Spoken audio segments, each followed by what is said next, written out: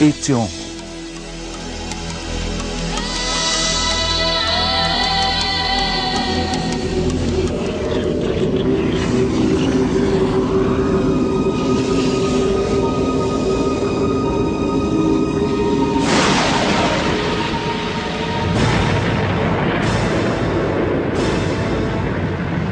No início do caos se fez Geia, a terra,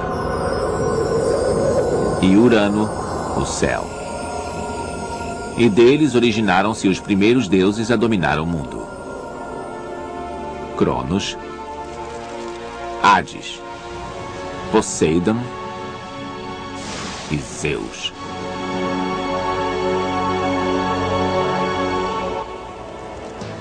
Através dos séculos, as pessoas teceram um leque de mitos.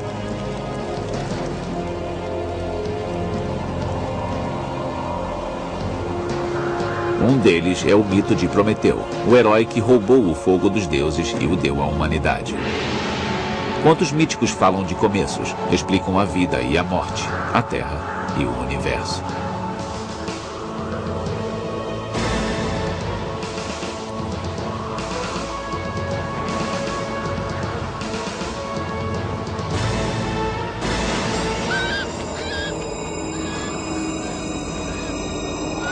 Por ter dado o conhecimento ao homem, Prometeu sofreu a ira dos deuses.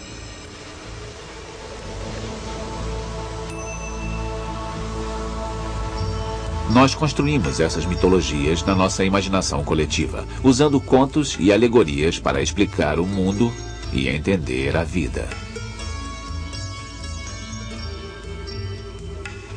Nós humanos vivemos em um mundo de mitos há incontáveis gerações. Cada sociedade se identifica com um mito que criou a comunidade e a mantém unida. Todos acreditam nele. Hoje, os mitos são vistos como uma síntese da mente, uma ilusão, uma miragem. Os mitos modernos. Distribuição Sinapse. As mitologias não se restringem às civilizações que nos precederam. Sem perceber, seguimos criando outras.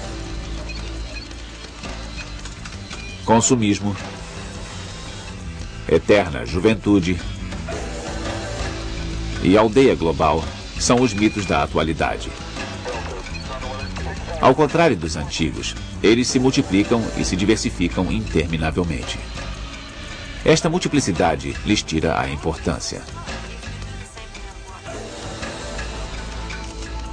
Parece que no limiar do terceiro milênio não conseguimos ficar sem eles.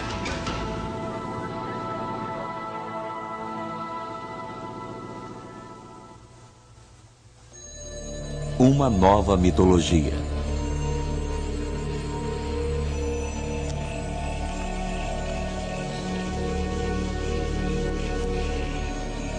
As pessoas sempre se perguntaram de onde viemos, para onde vamos e por que estamos aqui. Essas perguntas sem resposta continuam a nos consumir. Por isso, inventamos histórias para acalmar nossos temores.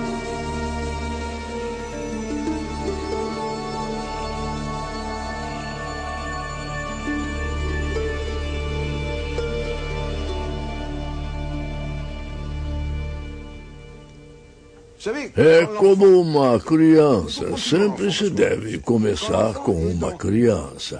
O menino está sozinho em um quarto vazio e tem medo. Ele se cansa de sentir medo e decide que é o Zorro, combatendo seus inimigos. Todos os povos de todas as culturas criaram uma mitologia própria. Uma das mais famosas é a mitologia grega, com sua esplêndida coleção de deuses, que tem seus amores, decepções e brigas. Eles são estranhamente parecidos com os seres humanos.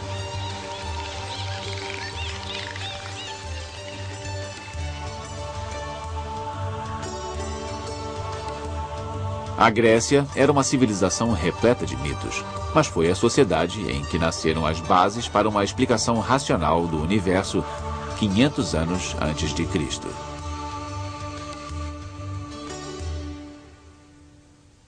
A primeira grande quebra com o mundo dos mitos foi a filosofia, com Sócrates e Platão. A ideia de que o discurso deve conter a verdade e provar que contém. O discurso filosófico não pretendia ser mítico porque não dependia da crença. Ele alegava depender da demonstração. Os filósofos gregos lutaram para descobrir uma ordem na natureza, um princípio que explicasse tudo.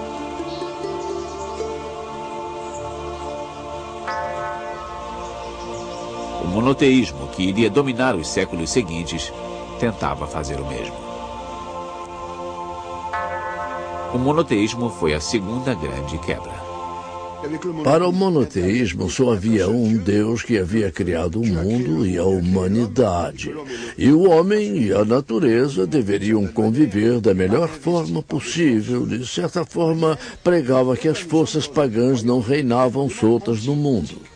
Era uma crença profundamente antimítica.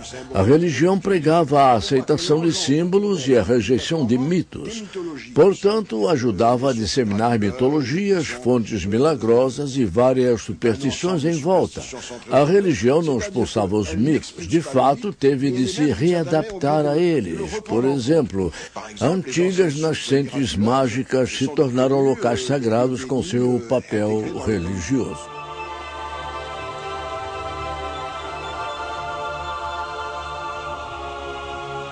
O cristianismo, baseado na crença em um Salvador, iniciou o que viria a se tornar o primeiro mito moderno.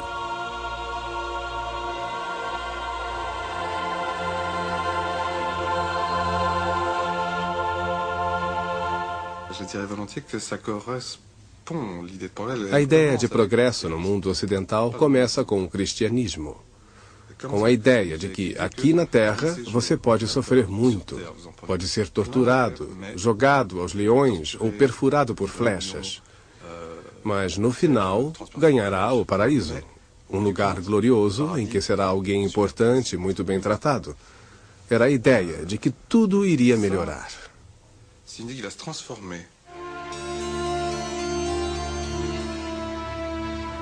A partir do século XVI, grandes mentes como Descartes, Newton e Galileu buscaram sistematicamente entender as leis que governavam o mundo.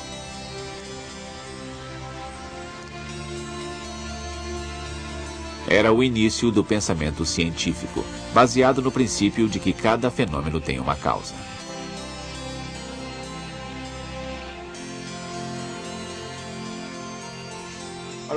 A quebra final se deu com a chegada da modernidade nos séculos XVI, XVII e XVIII.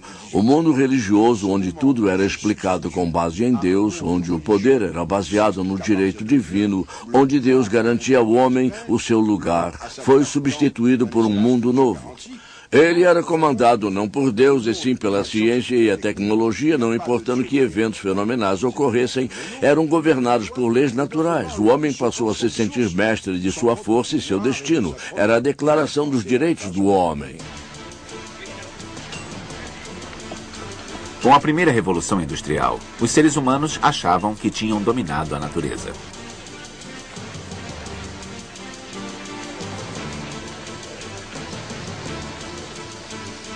Sentiam que podiam dominar o mundo, satisfazer suas necessidades e garantir sua sobrevivência.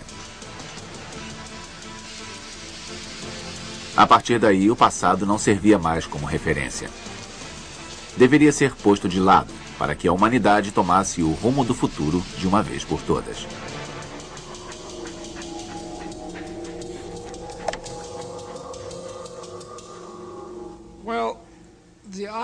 A ideia de progresso do mundo moderno não tinha equivalente no mundo antigo. A história era um ciclo. As coisas melhoravam, depois pioravam. A ideia de um progresso estável, embora originária do cristianismo, só se tornou uma visão secular do mundo no período moderno. did not become a large secular worldview until the modern period.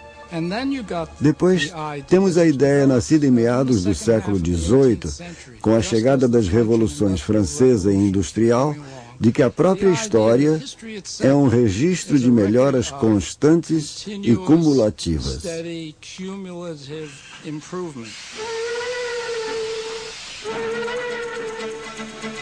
No início do século XIX, uma máquina excepcional surgiu. Impulsionada por um motor a vapor, tinha uma característica singular: a mobilidade.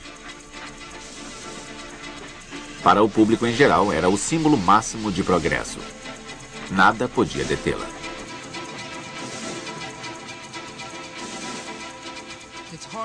É difícil acreditar, mas a ferrovia foi a primeira melhoria em transporte terrestre desde o período romano.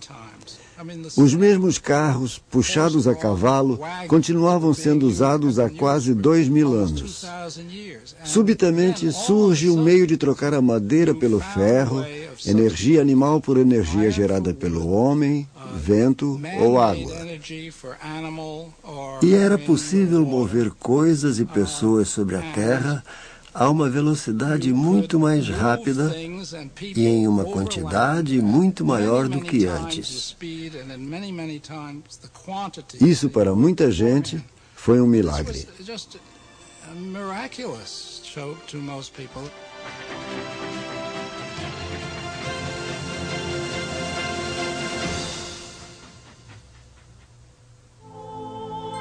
A ciência como mito.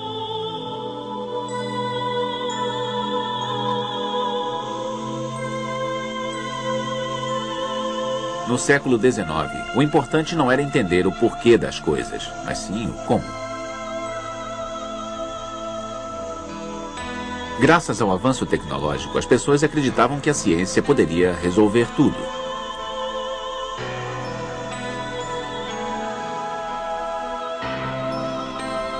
A ciência se tornou um mito, uma nova religião.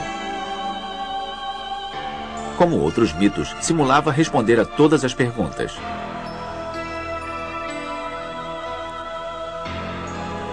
Muitas teorias científicas da época parecem bizarras hoje. Mas tinham uma vantagem. Eram tranquilizadoras.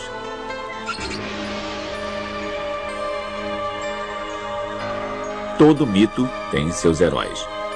Um herói em um mundo inconstante é o que usa a ciência para grandes feitos, para construir sonhos.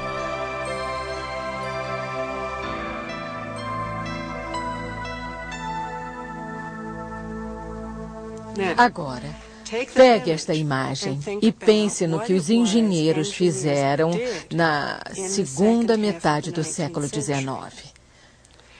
Eles construíram pontes sobre águas revoltas que jamais haviam sido atravessadas.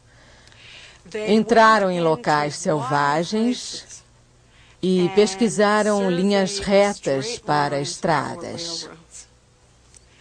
Eles eram autônomos, consultores de companhias. Eles não eram funcionários, eram empreendedores profissionais autônomos de engenharia.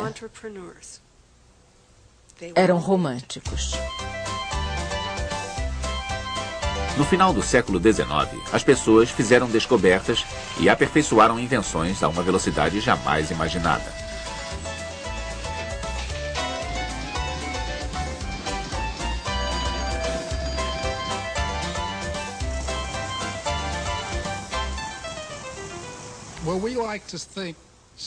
Gostamos de pensar que o período entre 1890 e a Primeira Guerra Mundial foi uma segunda revolução industrial. Quando nos damos conta de que nesse tempo surgiu o automóvel, o avião, este um pouco mais tarde. O sistema de energia elétrica foi um passo e tanto.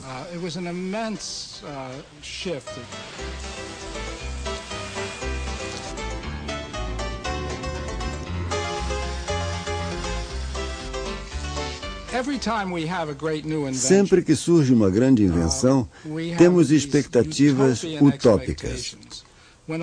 Quando descobriram a eletricidade, as pessoas diziam que teriam energia interminável, a cura para todas as doenças. As pessoas criam um meio de alcançar a imortalidade. Não havia nada que a eletricidade não pudesse fazer. Mais do que nunca, ciência e tecnologia pareciam ser a promessa de um mundo melhor. O mito do progresso parecia indestrutível.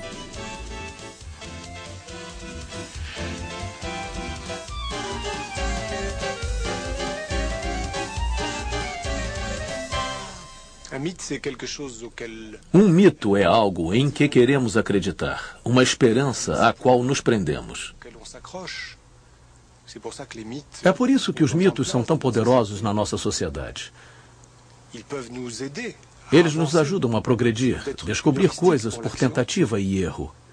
Mas, ao mesmo tempo, sabemos que um mito é sempre uma promessa que não pode ser cumprida.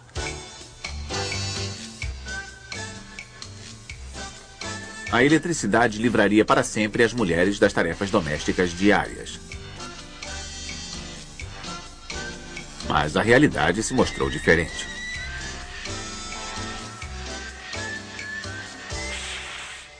As donas de casa, até os anos 60, passavam até mais tempo do que as suas mães e avós fazendo as tarefas diárias.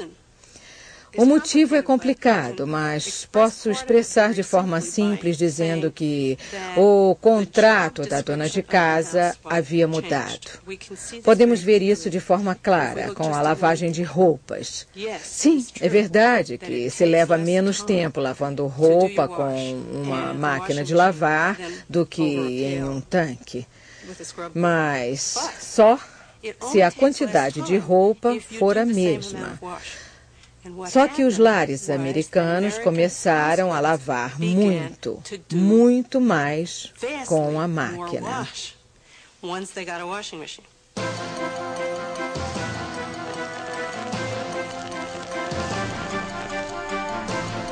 Nos anos 40, fizemos uma descoberta que parecia mais importante do que a eletricidade.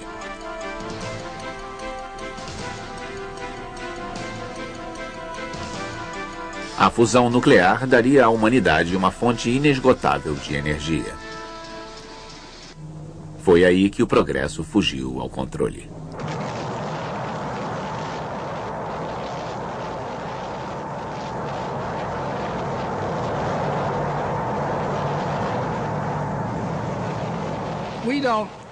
Não há uma data exata de quando a crença no progresso inquestionável e automático começou a decair.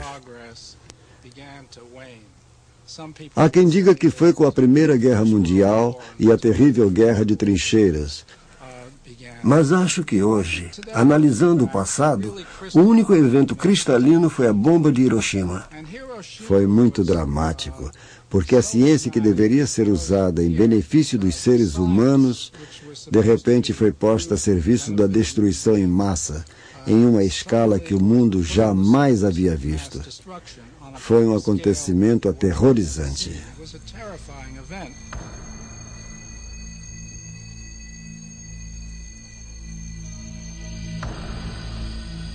Com Hiroshima, nos tornamos presas de outra ansiedade. Os seres humanos haviam perdido o controle do progresso científico.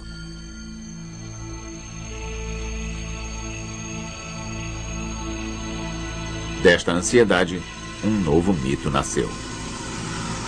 A crença em um profeta vindo dos céus, como foi Jesus Cristo há 2000 anos, que dominaria uma tecnologia superior à nossa.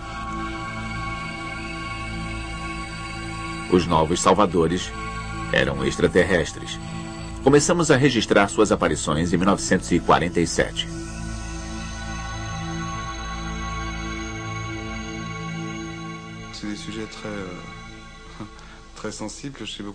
São assuntos muito delicados para os que acreditam.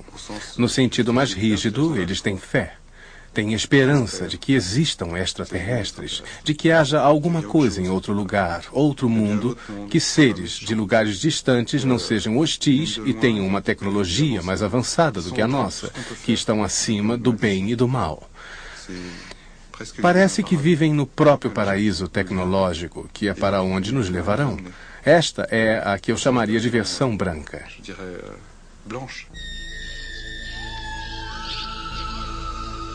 A versão negra mostra extraterrestres como cruéis invasores. A ideia surgiu durante a Guerra Fria, com o medo de um plano comunista de dominar o mundo.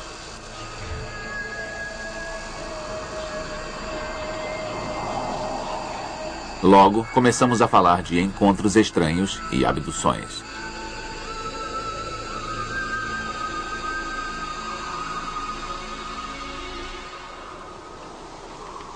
Novos mitos geralmente se baseiam em elementos de mitos antigos. Histórias de abduções por extraterrestres lembram os contos do diabo ou de fadas da Idade Média. A mesma estrada deserta à noite. O carro que enguiça. Como o cavalo de antigamente que empaca e se recusa a continuar.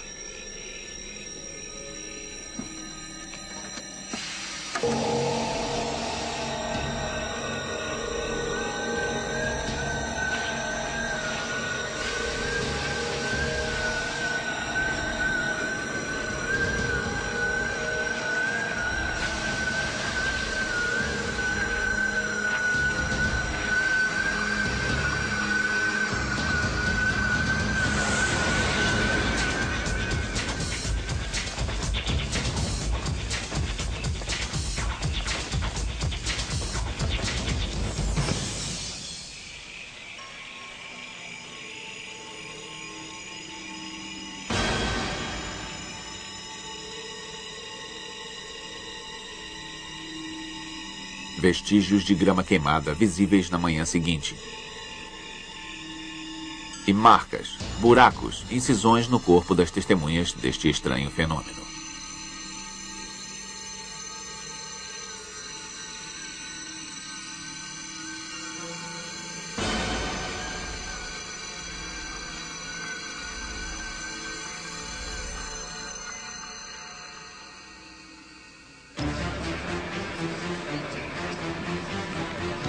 A onda de desconfiança e ceticismo quanto à ciência se disseminou nos anos 60.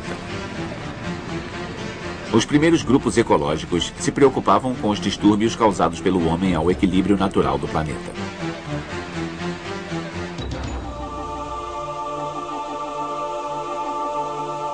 A ciência deveria resolver todos os problemas da humanidade. Ao invés disso, criou outros.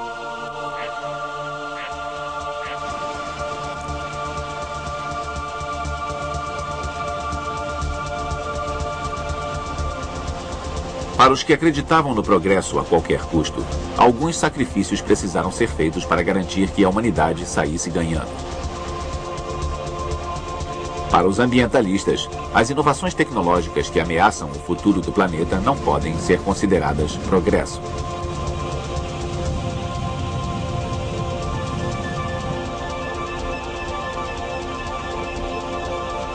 Levados ao centro desta discussão, os cientistas poderão permanecer neutros? Cada vez mais, novas tecnologias levantam sérias questões éticas. As pessoas estão questionando as possibilidades intimidadoras criadas pela manipulação genética e a clonagem.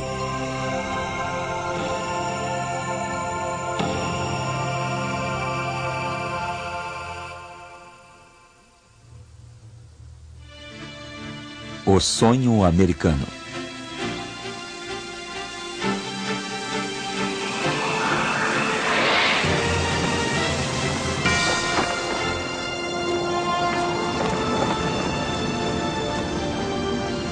Durante o século XX, nenhuma nação simbolizou melhor o mito do progresso do que os Estados Unidos da América.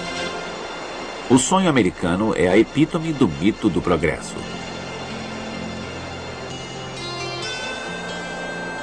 Os Estados Unidos, formados por enormes espaços virgens a serem conquistados, foram fundados no mito do crescimento.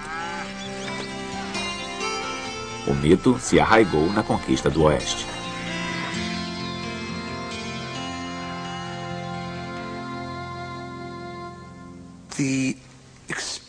A expansão para o oeste foi necessária nos Estados Unidos para criar uma massa de terra, formar um estado continental. Para isso, considerando que o país foi fundado por imigrantes e havia uma população indígena, era preciso matá-la, dizimá-la.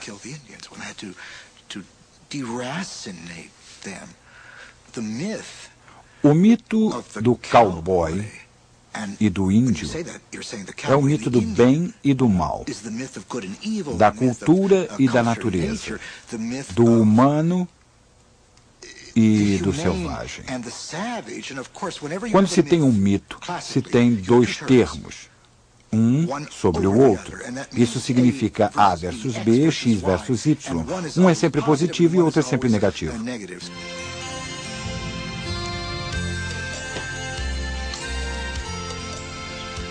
Na terra em que tudo teve que ser domado, os pioneiros tiveram que construir tudo. Não havia passado. Havia uma vida inteira e promissora pela frente. Tudo era possível.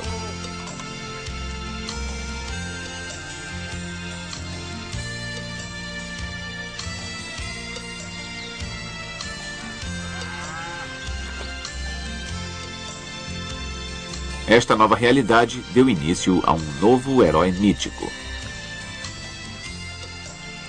O homem que venceu sozinho, que começou do nada e chegou ao topo.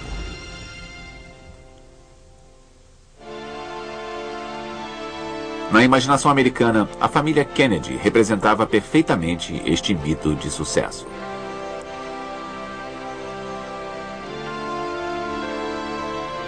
O pai, Joe Kennedy, tinha o perfil de que precisava. Neto de um imigrante irlandês católico, ele entrou para o mundo das finanças ainda jovem. Quando havia 2 gerações de Kennedy na América, ele havia reunido uma fortuna colossal. As ambições dele não pararam por aí. Ele queria poder. E poder significava a Casa Branca. E inspirou os filhos a vencer por ele. John Fitzgerald realizou o sonho do pai. Em 1960, aos 43 anos, ele se tornou o mais jovem presidente americano da história. Não pergunte o que o seu país pode fazer por você, mas o que você pode fazer por seu país. Figura mítica dos anos 60, John Fitzgerald Kennedy representava perfeitamente a juventude de sua geração.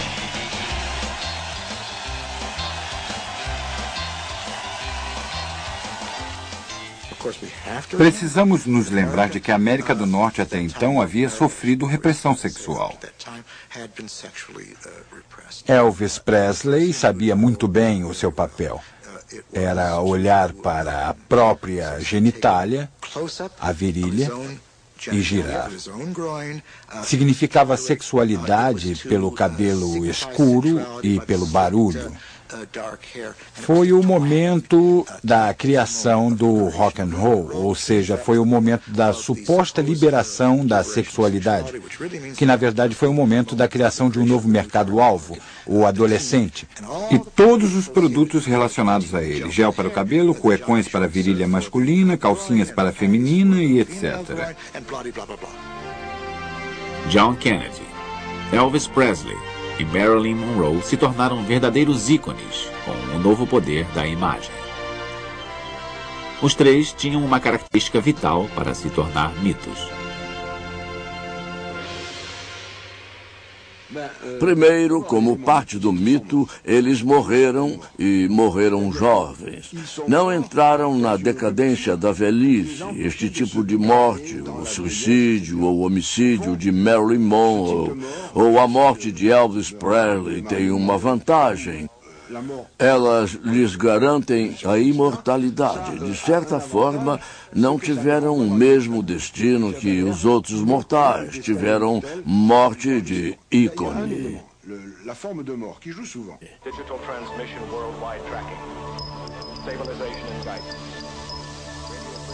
Ao mesmo tempo, os Estados Unidos criaram uma nova versão do mito da conquista do Oeste selvagem. As vastas pradarias deram lugar a um espaço sem fronteiras, e a figura do cowboy se tornou a do astronauta, reanimando a fé americana em seu país. Eles embarcaram na conquista do espaço.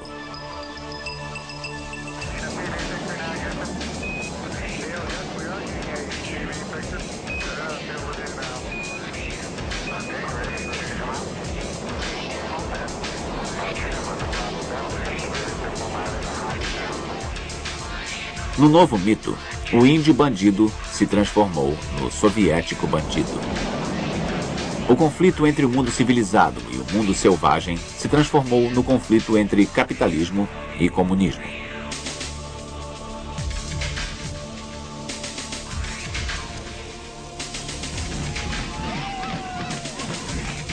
Depois da queda do Muro de Berlim, a ex-União Soviética deixou de ser ameaça.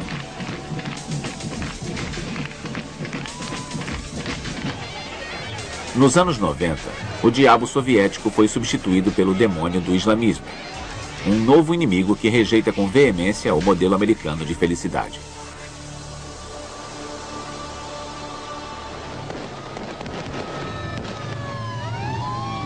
Mas a mitologia hollywoodiana ainda faz boa parte do mundo sonhar.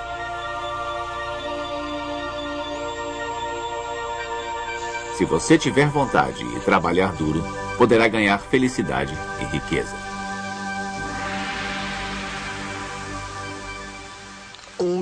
A antiga Europa é filosoficamente ligada à ideia de que le bonheur n'existe pas aqui na Terra. A felicidade é protelada. Felicidade é para depois, para quando se morre. Lembre que a Terra antiga é católica. Os Estados Unidos fizeram algo inacreditável, brilhante. Trouxeram le bonheur para a Terra. Os Estados Unidos criaram uma utopia cotidiana e os europeus a adoram, porque para eles é impossível.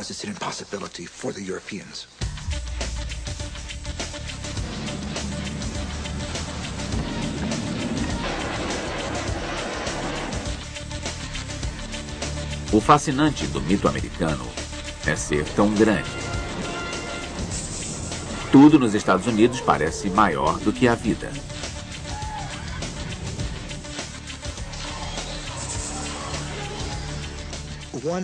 Um elemento do mito americano é o excesso.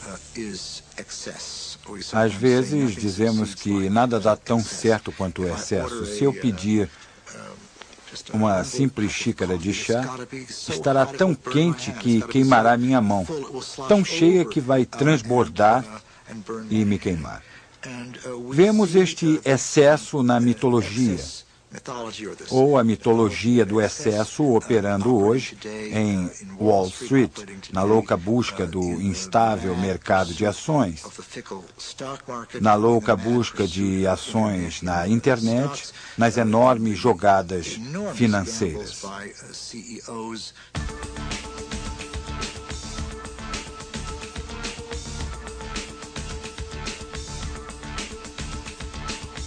Este excesso se aplica a tudo: riqueza, pobreza e violência.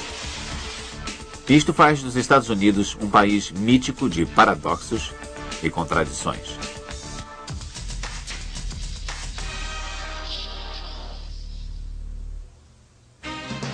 A mitologia hoje.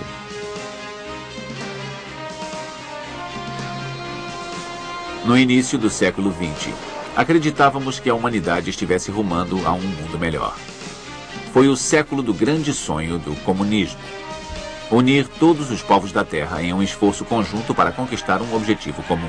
Mas o socialismo ruiu. Não há mais grandes ideologias que unam as pessoas.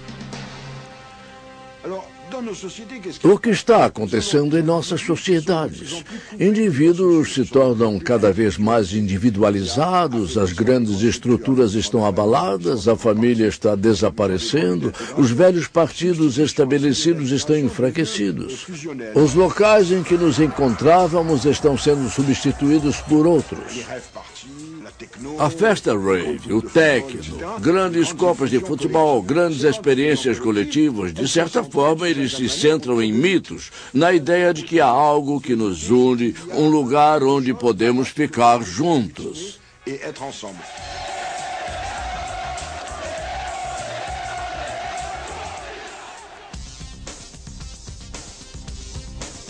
Desde a queda das grandes religiões, nosso maior sofrimento é o conceito da morte. A ideia revoltante do nosso desaparecimento. Para combater esta temerosa realidade, construímos um novo mito: a eterna juventude.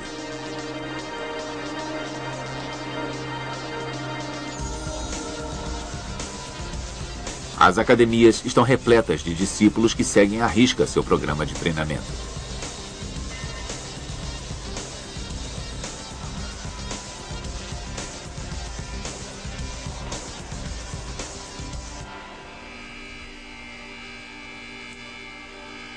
Clínicas de cirurgia plástica enriquecem reesculpindo bochechas, queixos, lábios, nádegas e seios. No mito da eterna juventude, os heróis são bonitos, magros e saudáveis.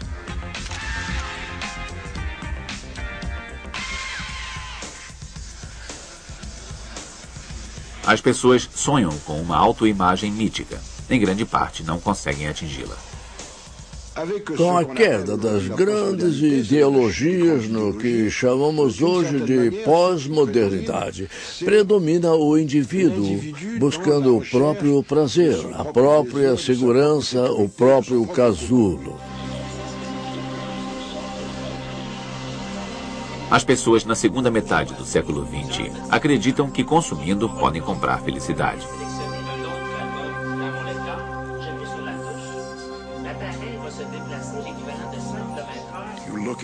Você olha a vitrine de uma loja de departamentos de Nova York na Rua 57 ou em Los Angeles, na Rodeo Drive de Beverly Hills e vê uma joia. Não! O que você vê é um objeto que proporciona satisfação. Mas qual? Satisfação sensual. É um mito.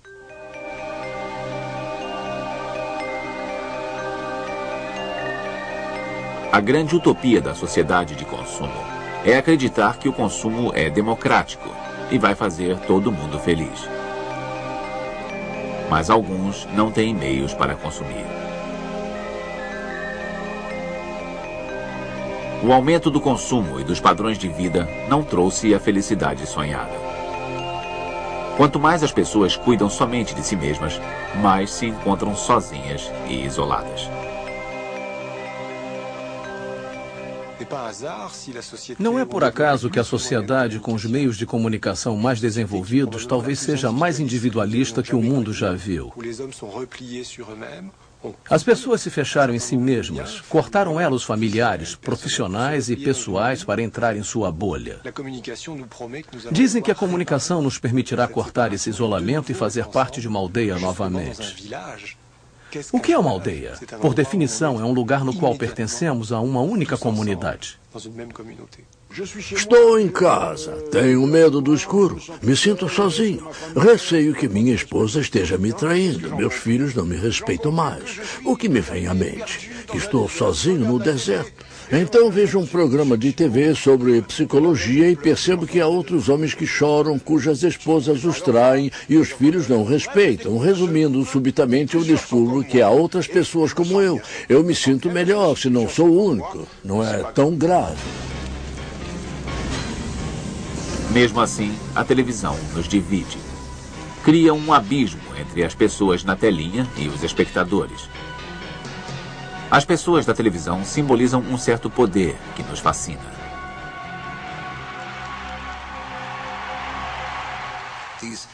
As figuras da mídia, não importando se são feias nem quantos queixos tenham, se esforçam para ser figuras mitológicas.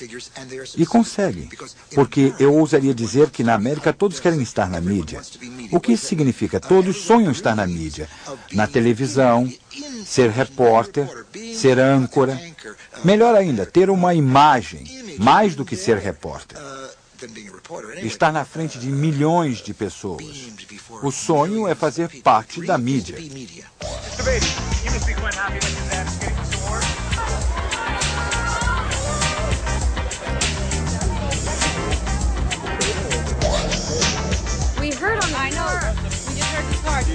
O mito das comunicações faz um trabalho tão bom nos causando a ilusão de que estamos sozinhos, que conhecemos pessoalmente quem vemos na tela.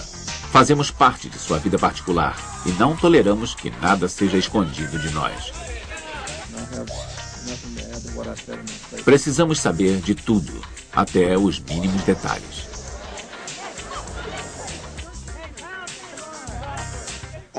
Vivemos em uma sociedade que exige iluminação total, conhecimento total, honestidade total. E este é um mito totalitário. Não é possível. Não importa o que façamos. Há sempre o outro lado, o lado obscuro.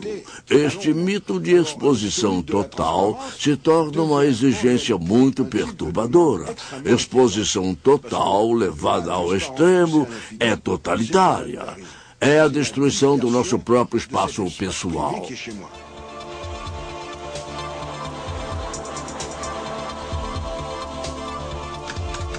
Com a internet, o mito da aldeia global atinge o zênite. Chega de fronteiras. A informação está disponível para todos. Felicidade universal, harmonia entre os povos, paz no mundo. É a ilusão de que uma sociedade em que se pode encontrar outras pessoas raramente, mas se comunicar com frequência, na qual o elo social fica cada vez mais impessoal, em que podemos nos comunicar com o mundo todo, ficando em casa. Viver através de um meio de comunicação irreal. Mas como sabemos, a comunicação viva, produtiva entre os humanos ocorre cara a cara, quando temos de lidar com o mistério de quem a outra pessoa é.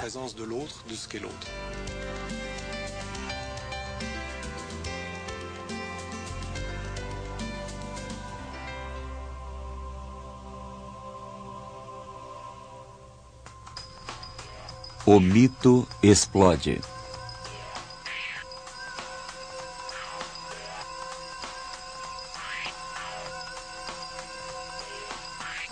No limiar do terceiro milênio, o mito do progresso, nascido há 2 séculos, está sendo seriamente questionado.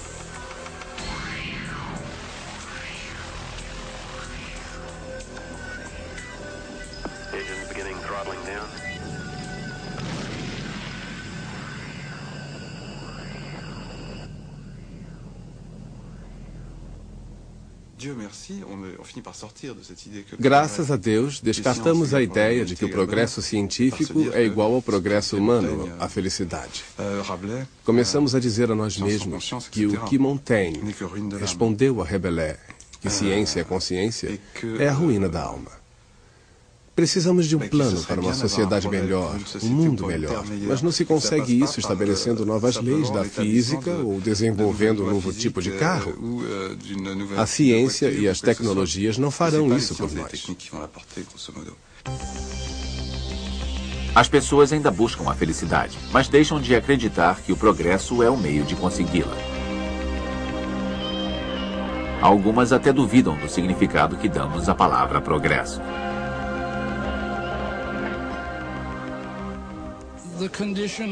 A condição de vida, quero dizer, se o progresso é acreditar que tudo está melhorando, todos gostariam de acreditar no progresso, na melhoria das coisas. Mas acho que com o passar do tempo, estamos aprendendo que a questão crítica é: qual é a medida de progresso?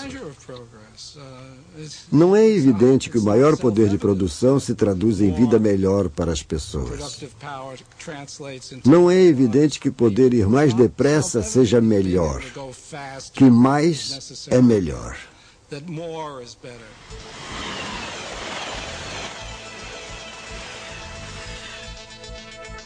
Podemos questionar como medimos o progresso, mas também para quem ele é direcionado.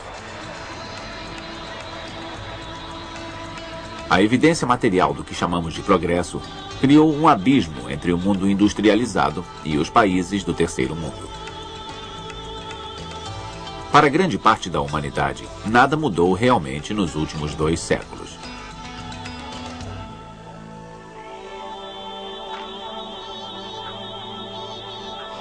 O mesmo vale para o mito das comunicações. A aldeia global aumenta os elos entre as pessoas, mas não lhes permite se unir em torno de ideais comuns.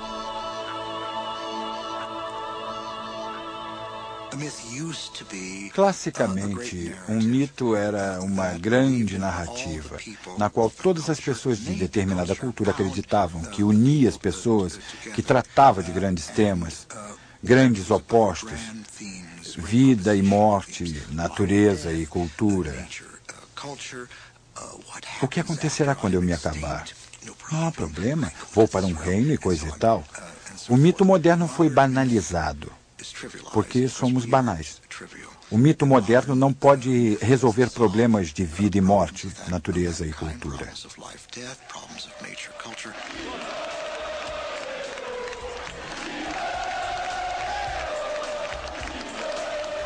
O mito pode ter ficado prosaico ou ter sido desmascarado, mas ele ainda existe.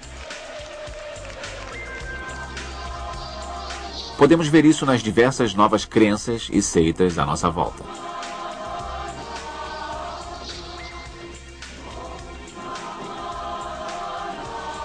Também podemos ver no fervor quase religioso com o qual as pessoas adotam novos estilos de vida. O que caracteriza a sociedade de hoje é que ela tem muitos mitos que não podem ser organizados em um mito único e totalitário. Eu faço parte de muitos mitos porque participo de muitas redes. Estou na rede X, então vou a uma festa rave. Estou na rede Y, então sou fã de esporte. Pertenço a vários pequenos locais e cada um tem sua própria história, seus próprios mitos.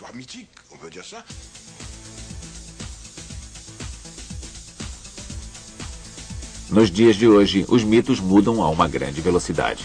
Amanhã, uma nova top model vai substituir a de hoje na imaginação popular. Sempre haverá uma nova estrela, uma nova terapia, uma nova religião da moda. Em um mundo no qual não há certezas, nada é absoluto e só existem fragmentos. Estamos criando um mito, embora talvez sem saber, que é o de podermos viver como fragmentos, sem consenso, sem a comunidade com C maiúsculo.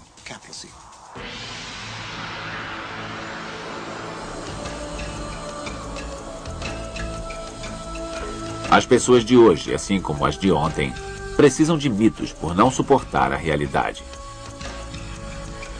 Somos incapazes de aceitar que a vida humana envolve apenas o nascimento, a vida, a reprodução e a morte. Temos uma necessidade visceral de dar um significado maior à nossa existência. E isso é o que o mito nos oferece. Já foi dito que o homem é uma máquina de criar deuses. Acho que o homem é uma máquina de criar mitos que lhe permitam assumir o seu lugar no mundo. Mitos são histórias que nos permitem ocupar o mundo e fazer dele um lugar possível de se viver. O mito veio para ficar. Enquanto formos humanos, teremos que viver com esta angústia de nos fazer as mesmas perguntas sem resposta.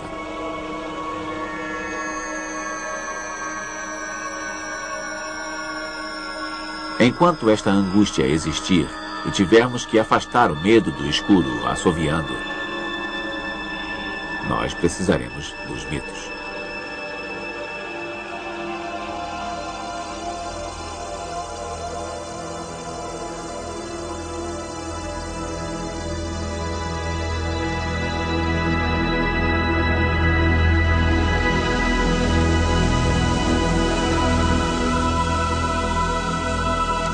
Versão brasileira Audio News.